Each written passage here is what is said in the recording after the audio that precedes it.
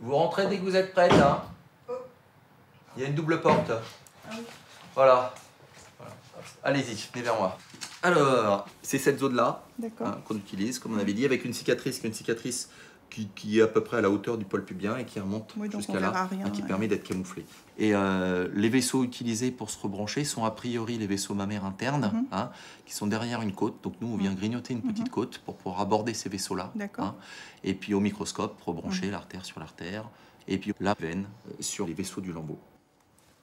On est un peu moins de 2 ans de la fin de la radiothérapie. La fin de la radiothérapie, c'était le 24 octobre 2012. C'est ça. C'est bien, votre peau est bien souple.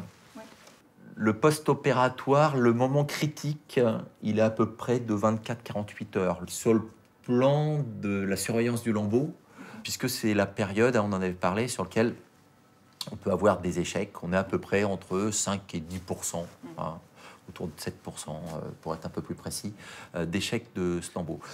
Passer ces 24-48 premières heures, une fois que le lambeau va bien, je dirais que c'est gagné. C'est-à-dire que le stress, il est sur ces, on va dire, 2 premiers jours où on a besoin de suivre un peu l'évolution. D'accord. Et puis, une complication qui est vraiment d'ordre médical, qui est plus propre à cette intervention, pour laquelle on fait tout pour que ça n'arrive pas, c'est l'embolie pulmonaire. C'est pour ça qu'il y aura les bas antithromboses avant le bloc opératoire, que vous serez sous anticoagulant en péropératoire, et puis pour le mois qui suit.